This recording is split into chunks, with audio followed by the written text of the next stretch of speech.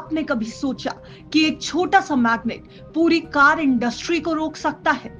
भारत की automobile industry पर एक ऐसा ही खतरा मंडरा रहा है जिसने सरकार से लेकर कंपनियों तक सबकी नींद उड़ा दी है। इसका कनेक्शन है चीन और एक बेहद जरूरी रेयर अर्थ मैग्नेट से। इस वीडियो में हम आपको बताएंगे कैसे चीन की एक पाबंदी ने भारत की ऑटो इंडस्ट्री को हिला दिया, क्या हो रहे हैं इसके हल और क्या होगा अगर ये संकट नहीं टला।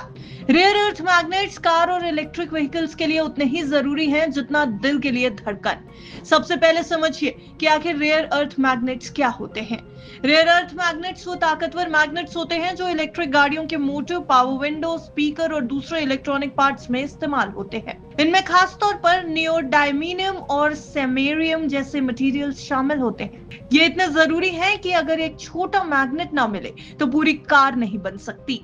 भारत की ऑटो इंडस्ट्री आज जितनी तेजी से इलेक्ट्रिक व्हीकल्स की तरफ बढ़ रही है उतनी ही तेजी से इन मैग्नेट्स की डिमांड बढ़ रही है।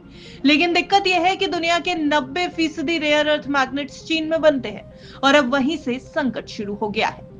अप्रैल 2025 में चीन ने रेयर अर्थ मैग्नेट्स पर एक्सपोर्ट कंट्रोल लगा दिए। चीन का कहना है कि यह कदम उनकी राष्ट्रीय सुरक्षा के लिए जरूरी है।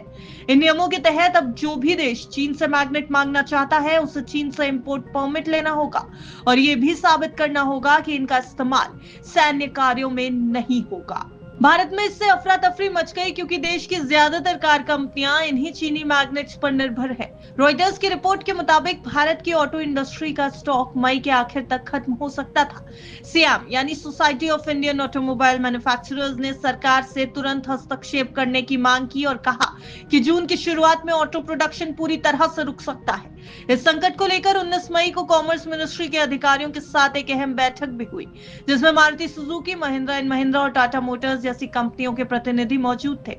रिपोर्ट्स की माने तो कुछ कंपनियों को चीन से अनुमति मिल चुकी है जैसे फोक्सवैगन के सप्लायर्स, लेकिन भारत चीन के तनावपूर्ण संबंधों के कारण ये प्रोसेस काफी धीमा है। डीजीएफटी यानी directorate general of foreign trade ने अब तक करीब 30 सर्टिफिकेट जारी किए हैं जिसमें यह बताया गया है कि ये मैग्नेट्स ना तो डिफेंस में काम आएंगे और ना ही अमेरिका को री एक्सपोर्ट होंगे। इन सर्टिफिकेट्स को चीन की एम्बेसी वेरीफाई करती है और फिर सप्लायर को भेजा जाता है।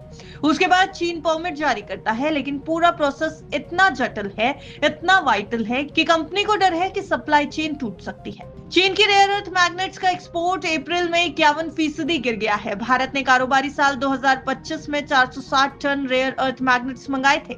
इस साल यानी 2025 में यह आंकड़ा 700 टन तक जा सकता है, जिसकी कीमत करीब $30 मिलियन होगी। अगर रेयर अर्थ मैग्नेट्स की सप्लाई सही समय पर बहाल नहीं हुई तो भारत की कार कंपनियों को प्रोडक्शन रोकना पड़ेगा। इससे डीलरशिप में नई गाड़ियों की कमी हो सकती है, ग्राहकों को लंबा इंतजार करना पड़ सकता है और ऑटो इंडस्ट्री को अरबों का घाटा हो सकता है। ऑटो सेक्टर भारत के जीडीपी में बड़ा योगदान देता है और लाखों लोगों को रोजगार भी देता है। इसलिए सरकार के लिए यह सिर्फ एक कारोबारी समस्या नहीं बल्कि आर्थिक संकट भी बन सकता है।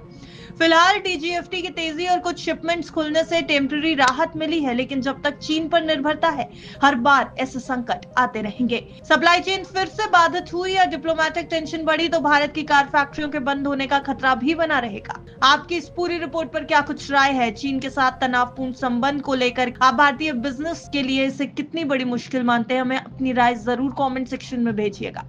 Bureau report, बिस्तक।